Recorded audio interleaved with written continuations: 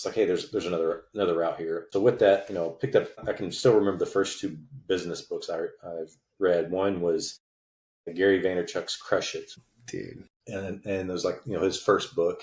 And then there was another one at the time. Like I got into reading Inc. magazine. I don't know if you remember the Inc. magazine. Yeah, familiar. Yeah, there was a guy named, I think it was Norm Brodsky.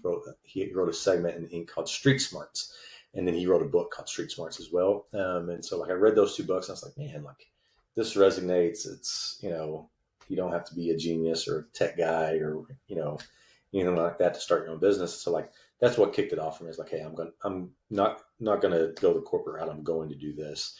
So as I was finishing my education and working, I started every bit of my time, energy, and effort was figuring out how to become an entrepreneur and start my own business, and started a number of them, number of small companies, mostly in the healthcare space, because that's kind of where my connections were, and had a lot of flame outs. I just didn't know anything, right? I hadn't paid enough dumb tax yet, right?